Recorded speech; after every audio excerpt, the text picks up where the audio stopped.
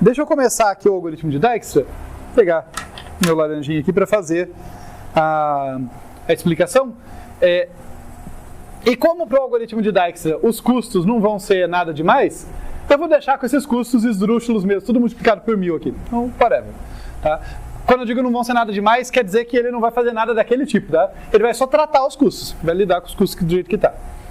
Então, eu vou fazer aqui sem muito formalismo, porque afinal de contas eu nem falei o pseudocódigo, nem nada do algoritmo de Dijkstra, mas é que eu gosto de começar com um exemplo para depois a gente escrever pseudocódigo, fazer comparações e tudo mais. Tá?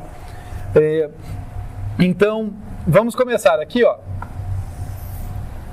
marcando o vértice S, que é a origem. Tá? Isso não mudou. Se eu estou falando de caminhos mínimos, eu tenho um caminho trivial até a origem. Então, a origem começa com um caminho conhecido de custo zero. E daí, o que eu vou fazer? Como que o algoritmo de Dijkstra opera? Cada vértice que ele está pegando naquele momento, né, que eu estou visitando, para usar a linguagem que a gente já estava usando antes, cada vértice que eu estiver visitando, eu olho para todas as arestas que saem daquele vértice e calculo o caminho, o custo do caminho que ela contribui para os vértices que ela alcança. Tá? Então vamos ver no exemplo que fica mais fácil. Né? Olha, o S está aqui com custo zero, e daí tem duas arestas. Né? Uma dessas arestas vai até o V. Tá? Se eu tenho custo zero, né, para ir do S até o S mesmo, custa zero, e para percorrer essa aresta custa 1000, eu vou atribuir ao V o custo 1000. De modo semelhante, eu vou atribuir ao W custo 4000. Tudo bem? Tranquilo, né?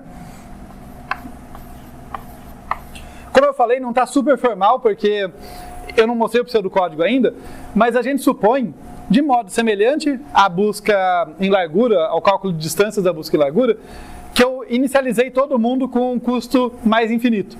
Né? Então eu vou atualizar se eu melhorar, mas na primeira vez, obviamente, eu melhoro, porque todo mundo está com custo mais infinito, exceto o S. Tá? Por isso que eu só coloquei 1000 e 4000 aqui. Pensem que tinha um placeholder, um custo mais infinito, para eu saber que aquele cara não tinha sido achado ainda, e daí eu atualizo ele. Tá bom? Então, atualizei esses dois caras, e agora vem o pulo do gato. É uma coisa tão simples, mas é o que faz esse algoritmo ser super eficiente e super relevante aqui no nosso curso e no próximo, tá?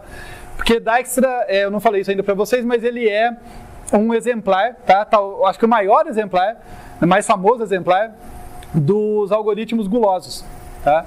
Em que a gente toma decisões gulosas, que são decisões localmente ótimas. Qual que é a decisão gulosa do Dijkstra?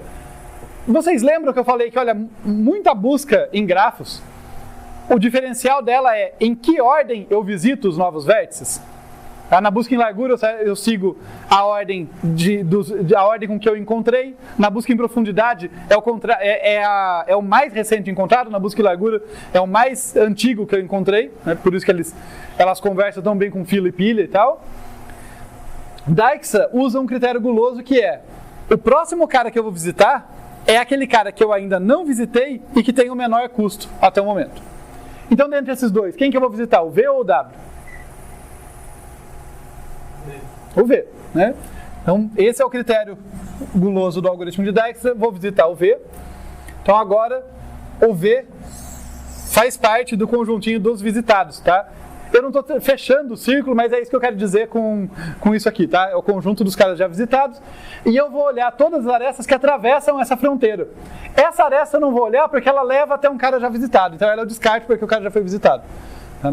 O algoritmo até tem que passar por ela, né? Mas ele olha e fala, não, esse cara eu já conheço, whatever. Tá? Mas essas duas eu vou olhar. E daí eu vou calcular qual que é o custo do caminho que vai até T a partir de V.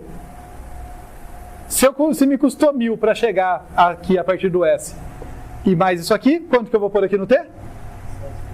7000, porque lembrando, o T estava com o valor inicial mais infinito. Então, eu estou melhorando ele.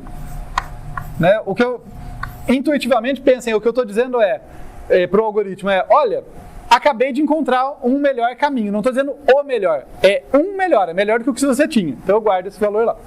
Tá? E aqui para o W, eu vou ter 1000 mais 2000 vai dar 3000. Atualizo esse cara. Ok? Novamente eu olho para todos os vértices que eu ainda não visitei, todos os vértices que estão fora aqui do meu conjunto dos visitados, qual que tem o menor valor, que é o critério guloso. No caso, é o W, né? Então ele vai ser o próximo visitado, e daí o meu conjuntinho, né, dos visitados vai ser quase todos os vértices, só sobra o T para lá, eu olho para essa aresta, daí 3.000 mais 6.000 dá 6, eu substituo ali.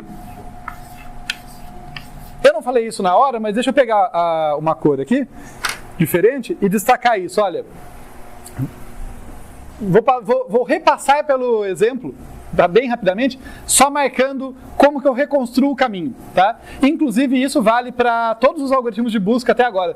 Se eu estiver interessado em reconstruir o caminho, na hora que eu atribuo o valor, na hora que eu visito aquele vértice, eu vou marcar, na hora que eu encontro aquele vértice, né, que eu atualizo ele, eu vou marcar quem que é o predecessor dele naquele caminho, tá? Então, no início aqui, ó, vejam se isso não vai confundir muito vocês. No início, quando eu marco 1.000 e 4.000 aqui, eu também faço isso aqui, ó. Tá? Essas setinhas roxas, elas estão indicando o quê? Estão indicando que naquele momento, o V e o W, o predecessor deles, no melhor caminho que eu conheço, é o S, tá? Daí, num próximo momento, quando eu vou visitar o V, eu atualizo aqui, e como eu substituir aqui, esse cara cai fora e eu atualizo aqui também. Então eu só posso ter um predecessor. Se mudou o custo do meu caminho, muda também quem é o predecessor nesse caminho, né? Eu atualizei de caminho, né?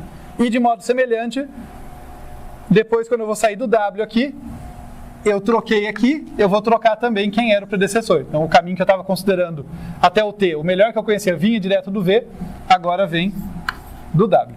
Tá? Ficou meio poluído, tá? Mas o que eu estou colocando em roxo aqui, que não foi riscado, foram os predecessores. Tá? Então para cada vértice eu consigo reconstruir o caminho dele até o S, indo do fim para o começo. Eu vejo quem veio antes dele, e o cara que veio antes dele, quem veio antes dele. Eu vou olhando os predecessores até chegar no S e consigo reconstruir.